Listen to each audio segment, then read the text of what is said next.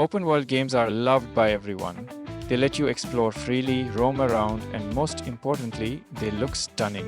But not all open world games are great. Some try too hard to be open and end up destroying themselves, while others are just straight up boring.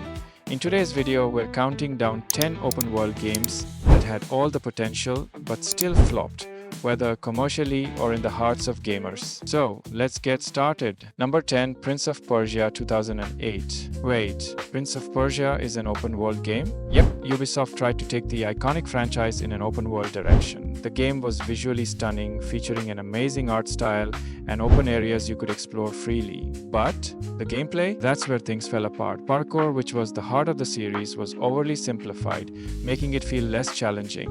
The signature time powers? Gone. And the biggest issue? You couldn't die in the game, making it feel way too easy and repetitive.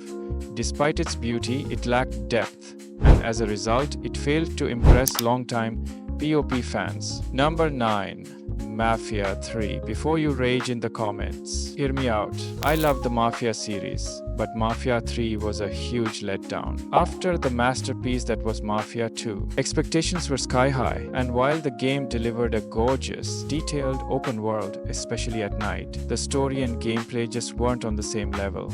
It was a simple revenge story, but the lack of twists or emotional depth made it predictable.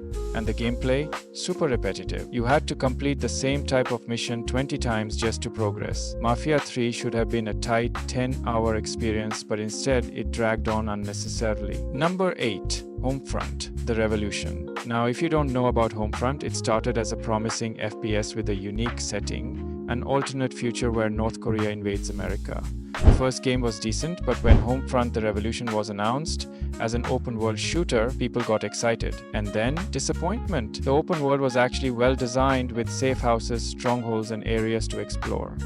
But the controls, terrible. Even basic shooting felt frustrating. Bugs were everywhere, and the game lacked polish. Ultimately, it failed to deliver an engaging experience. Number 7. Watch Dogs: Legion.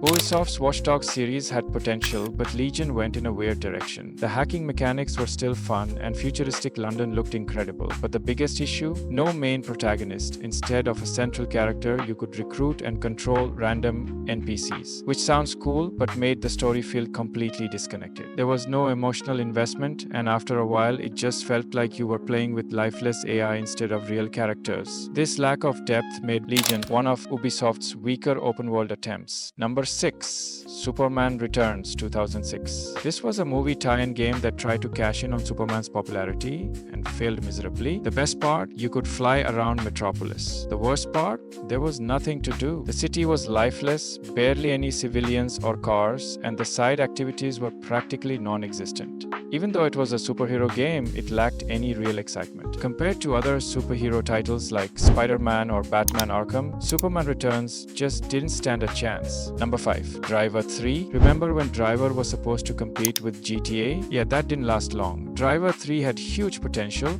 It featured multiple cities, realistic car physics, and an open world setting. That could have been great, but the biggest issue? The controls. Driving felt weird, and on-foot movement was even worse.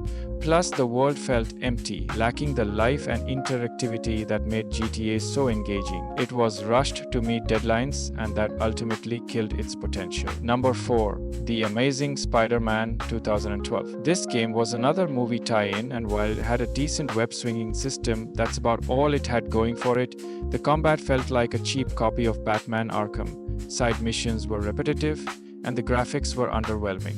It didn't introduce anything new to the Spider-Man franchise, making it just another forgettable movie game. Number 3. The Saboteur. This was an open-world game set during World War II, where you played as a race car driver turned resistance fighter in Nazi-occupied Paris. Sounds epic, right? Well, it had one cool mechanic. The occupied areas were in black and white, and as you liberated them, they turned to color. But other than that, the game didn't really do anything innovative. With so many open-world titles releasing at the time, the Saboteur got lost in the mix and never gained much traction. Number 2. True Crime New York City. The True Crime series was meant to be a GTA competitor, offering a crime-filled open-world experience. But New York City was riddled with bugs, had clunky controls, and felt unfinished. The city itself was big but lacked depth, making it feel more like a tech demo than a proper game. Number 1, Cyberpunk 2077 at launch.